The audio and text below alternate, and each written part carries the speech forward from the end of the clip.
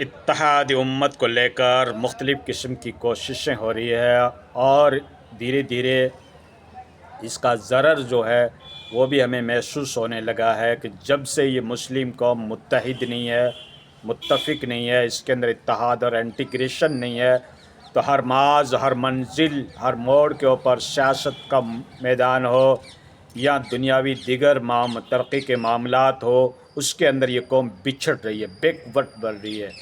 دنیا کے اعلیٰ قسم کی ترقیات کی جو منازلیں ہیں اور دنیا کے الگ الگ جو سورسز ہیں، اس کے اندر یہ قوم پیچھے ہٹ رہی ہے، کیونکہ ایک تو تعلیم نہیں، ان کے پاس دنیاوی تعلیم نہیں، ٹیکنالوجی نہیں، سائنس نہیں، دوسری بات اس قوم کے اندر اتحاد نہیں۔ اب مسئلہ یہ آتا ہے کہ سب سے بڑا رول کس کا رہا امت کو توڑنے کے اندر؟ تو دوستو، میرا یہ جملہ سن کر آپ کے پاؤں تلے زمین نکل جائے گی کہ سب سے بڑا امت کو توڑنے میں جو رول رہا ہے وہ علماء کرام کا رہا ہے، دینی رہبر کا رہا ہے، دینی قائدین کا رہا ہے، جنہوں نے اس امت کے شیرازے کو منکشف کیا، ان کے اتحاد کو توڑا، ان کے صفوں کو بکھیرا اور ان کے اتحاد کے اندر دراریں پیدا کی۔ وہ علماء کرام اور دینی رہبر جو ہیں ان کا رول رہا ہے۔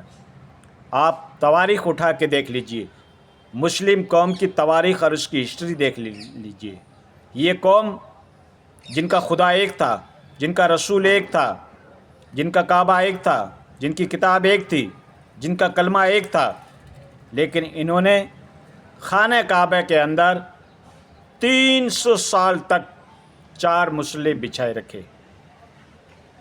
پھر سعودی گورنمنٹ نے اس کو 1925 کے اندر وہ چاروں مسلحوں کو اٹھایا اور 1955 کے اندر اس بلڈنگ کو ہی شہید کر دیا اور نئے سرے سے بلڈنگ تعمیر کی۔ تو یہ کنٹروورسی، یہ اختلاف تو یہیں سے پیدا ہو جاتا ہے، ٹھیک ہے نا؟ جن کا رسول ایک تھا، جن کے رسول کی تعلیم ایک تھی، جن کا قرآن ایک تھا، تو یہ چاروں مسلح بچھانے کا کیا مطلب ہوا؟ پھر دھیرے دھیرے جو وقت کے ساتھ جو ہے نا، پھر تو فرقے بنتے گئے، چھوٹے چھوٹے آفسیوٹ، چھوٹے چھوٹے اس میں ٹکڑے بنتے گئے، اور کوئی کیا کہلائے، کوئی کیا کہلائے، اور کوئی کیا ہے اور کوئی کیا ہے۔ یہ سب آپ کے اوپر حقیقت منکشف ہے، یہ ریئلٹی آپ کے اوپر ایکسپوز ہو چکی ہے کہ آج کتنے فرقے ہیں، بلکہ نئے نئے فرقے بن رہے ہیں، نئی نئی جماعتیں مارکیٹ میں آ رہی ہے، اپنا نظریہ، اپنا اسکول آف تھاٹ تھوپ رہی ہے، اسلام کا انٹرپریٹیشن بتا رہی ہے، جبکہ اسلام اللہ کے نبی کی زندگی کے اوپر مکمل ہو چکا اور اللہ کے نبی نے مکمل باتیں بتا دی، یہاں تک کہ بیت الخلاء کی دعائیں بتا دی، مسجد میں انٹر ہونے کی دعا بتا دی، کھانا کھانے کی دعا بتا دی، ازدواجی زندگی کے معاملات بتا دیے، معاشی زندگی کے معاملات بتا دیے۔ اللہ کے نبی نے ایک ایک قدم قدم کی ہماری رہنمائی کر دی اور ساری حقیقت کھول کے ہمیں بتا دی۔ دین اللہ کی نبی کی زندگی کے اوپر مکمل ہوا، ایسا نہیں کہ ادھورا رہ گیا تھا، جس کی آپ ابھی ریکیوری کر رہے ہو، پورتی کر رہے ہو، نئے نئے فرقے پیدا کر کے دین کو آپ تقویت پہنچا رہے ہو۔ نہیں، دین کے شیرازے کو آپ منتشر کر رہے ہو، قوم کا آپ زوال لا رہے ہو، قوم کو آپ بکھیر رہے ہو۔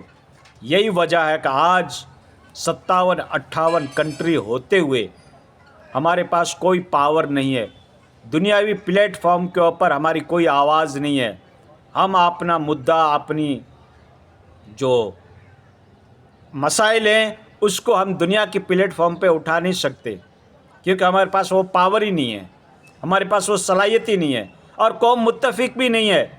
ایک کنٹری کے اوپر ظلم ہو رہا ہے، ایک بھائی کے اوپر ظلم ہو رہا ہے تو دوسرا خوش ہو رہا ہے، دشمن کے ساتھ جا کر ہاتھ ملا رہا ہے۔ یہ حقیقت آپ آج کل نیوز میں سنتے ہوں گے۔ اگر آپ کو اللہ نے تھوڑا بہت وسیع دماغ دیا ہے، آپ امت کی فکر رکھتے ہیں، تو یہ سارے مسائل آپ کے اوپر ایکسپوز ہوتے ہوں گے، ساری ریئلٹی آپ کے اوپر کھلتی ہوگی کہ ایسا ہی ہو رہا ہے۔ کیا ہو رہا ہے؟ ایسا ہی ہو رہا ہے۔ تو یہ اتحاد کہاں رہا؟ تو دوستو، قرآن ایک، حدیث ایک، تو آپ اس کو فالو کرو، اس امام اعظم کو فالو کرو جن کی مزار مدینے کے اندر ہے۔ کیوں جھگڑے میں پڑے ہو کہ چاروں امام صحیح ہے؟ میں مانتا ہوں چاروں امام کے مسائل قرآن اور حدیث کی روشنی میں نکالے گئے ہیں، استنباط کیے گئے ہیں، بڑی محنتیں کی، بڑے اسفار کیے، احادیث کے حصول کے لیے مشقتیں برداشت کری، جیلوں میں جانا پڑا حق کو تلاش کرنے کے لیے، حق بات انہوں نے کہی، حق بات لکھی۔ لیکن دوستو حق کے نزدیک جو بات ہے اس کو آپ تسلیم کرو۔ قرآن اور حدیث کے پوائنٹ آف ریویو سے وہ بات اتھینٹک ملتی ہے، آپ کو کسی بھی امام کی ملتی ہے تو آپ اس کو ایکسیپٹ کرو۔ لیکن ہمارے اکابرین منع کرتے ہیں کہ اگر آپ ایک امام کو فالو کر رہے ہو تو اسی کو فالو کرنا، ایک امام کی پیروی کر رہے ہو، ایک مسلک کو اپنائے ہوئے ہو تو اسی مسلک کے اوپر رہنا۔ ایسا نہیں کہ کوئی آسان بات اس کی مل گئی تو اس کی لے لیں، اس سے ہمارے علماء کرام منع کرتے ہیں۔ لیکن دوستو بندے کا ایک اوپینین ہے، ایک موقف ہے، دیکھو کوئی ضروری نہیں کہ میری بات آپ تسلیم کرو، لیکن قرآن اور حدیث کے منہج کے نزدیک کون سی بات ہے، کون ہے، کس کی امام کی بات ہے جو قرآن حدیث کے سپورٹ اور موافق میں ہے، تو آپ اس کو تسلیم کر لیا کرو۔ دین تو ایک ہے، اس امام کو فالو کرو جو تمام اماموں کے امام ہے، اور امام تو چار ہیں، امام ابو حنیفہ، امام اعظم ابو حنیفہ، امام شافعی، امام مالک، امام احمد بن حنبل۔ ابو حنیفہ کو ہمارے ایشیائی ممالک میں جتنی بھی پبلک ہے، یہ پاکستان، بنگلہ دیش، انڈیا، یہ ایشیائی ممالک امام ابو حنیفہ کے مسلک کے اوپر پیروی کرتی ہے، اور سعودی گلف کنٹری جو ہے یہ امام احمد بن حنبل کے مسلک کی پیروی کرتی ہے۔ افریقی ممالک، امریکی ممالک کچھ، اور بحرین، قطر، یہ جو ہیں یہ امام مالک کے مسلک کو فالو کرتے ہیں۔ تو یہ دوستو الگ الگ امت بکھر چکی ہے، ڈیوائیڈ ہو چکی ہے۔ اس میں اگر علماء کا رول نہیں کہیں گے تو ہم کس کا رول کہیں گے؟ اس کا امت کا جو شیرازہ بکھیرا مسلک کی بنیاد کے اوپر، عقائد کی بنیاد کے اوپر، تو وہ علماء کرام نے تو بکھیرا نا، ٹھیک ہے نا۔ کوئی بریلی بن گئے، کوئی دیوبندی بن گئے، کوئی مودودی بن گئے، کوئی رافضی بن گئے، کوئی قادیانی بن گئے، کوئی اہل حدیث بن گئے۔ یہ علماء ہی کا تو بیج بویا ہوا ہے، عوام بیچارے کسی کا بیج بویا ہوا نہیں ہے، کسی امریکی صدر کا یہ فرقہ بنایا ہوا نہیں ہے، کسی RSS کی یہ چال نہیں ہے۔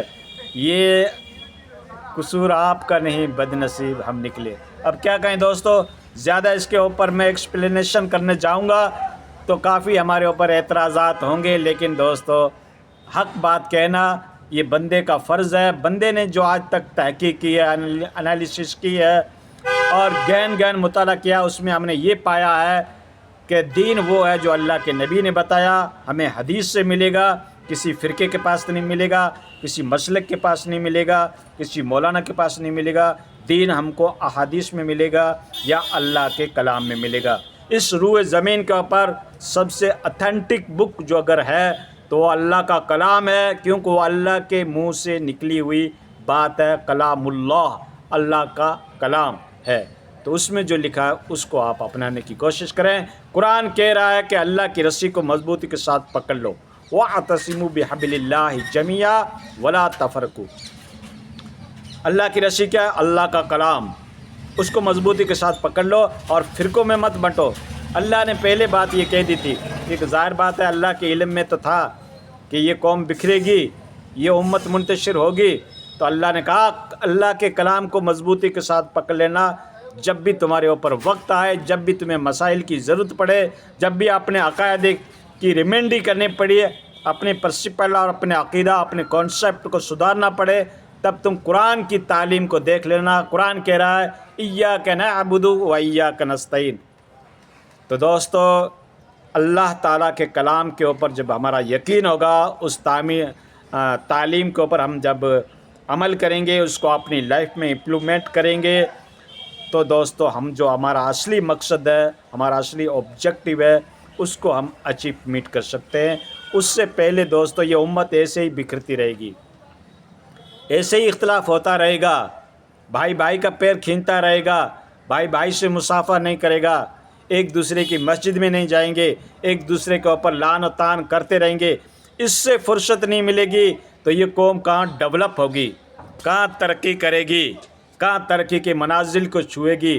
دنیا کی وہ ترقی یافتہ صفیں جس کے اندر دنیا نے کمال کر کے دکھایا، ٹیکنالوجی کے فیلڈ کے اندر، سائنس کی فیلڈ کے اندر، اکنومی کی فیلڈ کے اندر، اور انفارمیشن ٹیکنالوجی کی فیلڈ کے اندر دنیا کہاں سے کہاں تک پہنچ گئی، اور مسلمان ابھی اسی مسئلے میں الجھا ہوا ہے، ہاتھ اوپر باندھنا چاہیے یا نیچے باندھنا چاہیے۔ اور جن کے ہاتھ نہیں ہوتے ان کی بھی نمازیں ہو جاتی ہے۔ تو دوستو، چھوٹے چھوٹے فری مسائل کو چھوڑ دو اور مین اسلام کی ہسٹری میں اس سے جڑ جاؤ اللہ را، اور آپسی اتحاد پیدا کرو۔ اتحاد امت اشد ضروری ہے، نہیں تو تم یوں ہی مار کھاتے رہو گے۔ اتحاد پیدا کرو، انٹیگریشن پیدا کرو، ایک کلمے کی چھتر چھیاں کے نیچے آ جاؤ، پلیٹ فارم محمدی پہ آ جاؤ، آپسی متبھید بھول جاؤ، آپسی کنٹروورسی بھول جاؤ، چھوٹے چھوٹے ایشو کو تیاگ دو اور کلمے کی نسبت کے اوپر اکٹھے ہو جاؤ۔ کیونکہ مومن کی مثال اللہ کے نبی نے بتایا کہ وہ ایک بدن کی طرح ہوتا ہے۔ بدن کا کوئی بھی اعضا ہوتا ہے، اس کو اگر تکلیف ہوتی ہے تو پورا بدن کانپ اٹھتا ہے۔ کہیں بھی دنیا کے کونے میں بسنے والے مسلمان کے ساتھ پریشانی ہے تو اس کو اپنی پریشانی سمجھو۔